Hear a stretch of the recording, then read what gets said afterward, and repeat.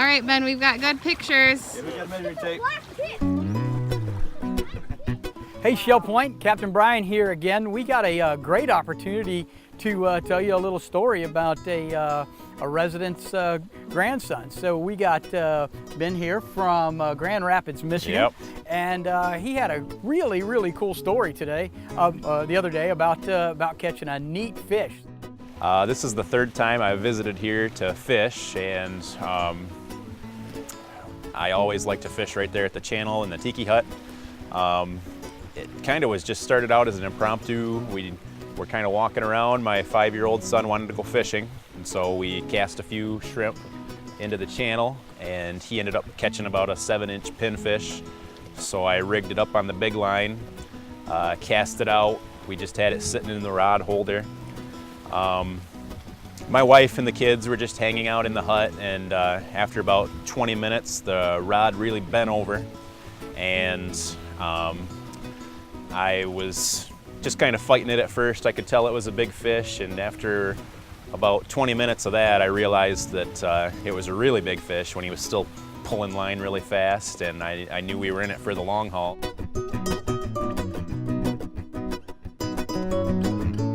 How long did the whole entire fight take of the fish?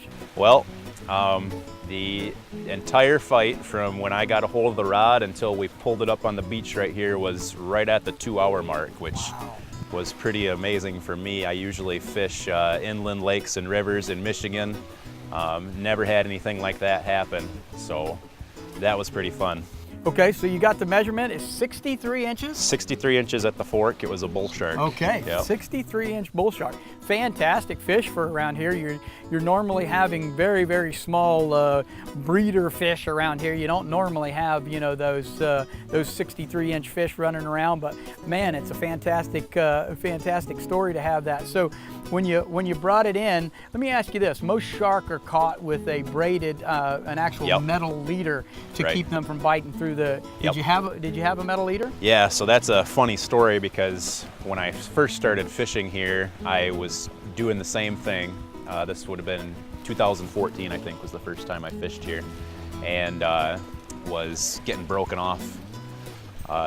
Just didn't have heavy enough mono on, so I switched to a braid, a 65-pound braid, and thought nothing's gonna break this. Well, all of a sudden I was hooking up on these big fish doing these long runs, and it was breaking off, so I had to talk to a local guy to find out that the longer fish, and if it's a shark, their skin's really coarse, and some of the other fish, their scales will rub through that braid. So what I started to do is use a 36-inch metal leader, and then some 100-pound mono after that, a few feet, and tie that to my braid, and didn't have any more problems after that. Yeah, like you say, you know, the braided line, if you ever had an opportunity to touch a shark, you can rub your hand on it. It literally feels like sandpaper. Yeah. I mean, you've got that sandpaper feel.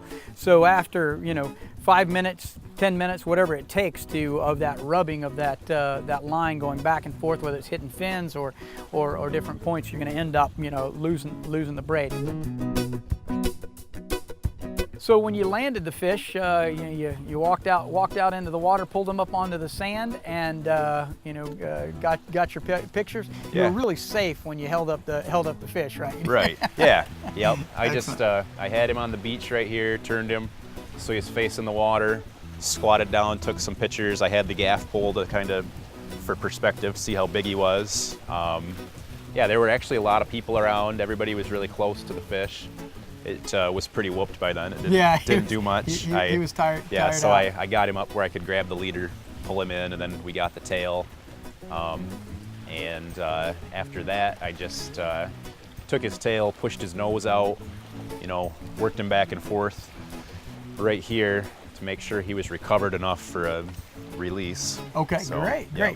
Now, one thing a lot of people will make mistakes on when they have a big fish like that, because the big fish is making long runs, is they want to tighten up the drag. You did a good job of keeping the drag loose and letting that fish run? No, yeah, I was so anxious the whole time that something was going to fail, especially, you know, I told you I've had a few get away, and especially when you get above an hour, they're making these long runs still. You know, there was times that I'd get in probably 60 feet of line, feel like I was moving the fish pretty good, and all of a sudden he'd take out 90 or 100 feet in one run. So yeah, I kept the drag really loose. I was confident in the equipment I was using, so I was only worried about him getting on a rock or something like that. So yeah, that was a big source of anxiety for me when I was walking from the channel down the seawall to get to the beach here, that we were going to run into a rock after all that. Yeah. And so I was very relieved to get him out in front of the beach here and start pulling him in. Well, that's real cool. You did everything right. You had all the pieces together. You Yep. You put the whole thing in, and you had the catch. It didn't have to be one of those fish stories where you go home Yeah. and tell everybody, yeah, I Yep. think he was 8 foot long. Yeah, You right. got proof. It's you got the pictures and everything. Yep.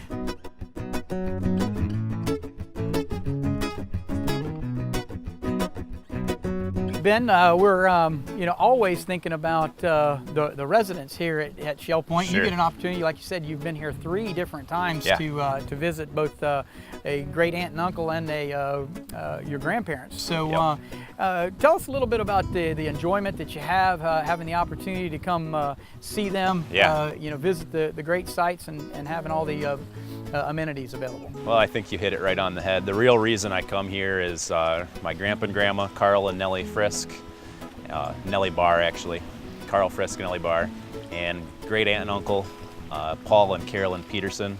We get to come down here and see them. We always come with my brother-in-law and his wife and kids, and my mother-in-law came with us too. So Family affair. family affair down here. We love driving down from Michigan, going through the mountains, and then getting here, and it's beautiful. But it's obviously there's great fishing, so that's an added perk. But it's really about getting here to see the family. We love to be able to do that, and there's not a better place to visit. Congratulations on a great story, Shell Point. I hope you got a bunch of great tips out of the little fish story interview that me and Ben had. I think that you guys could catch a lot of fish right off the shore if you get the opportunity to come out and go fishing. And if you want to get out on the boat, you can always call me. So thank you, Shell Point. Appreciate it. Yeah, thanks.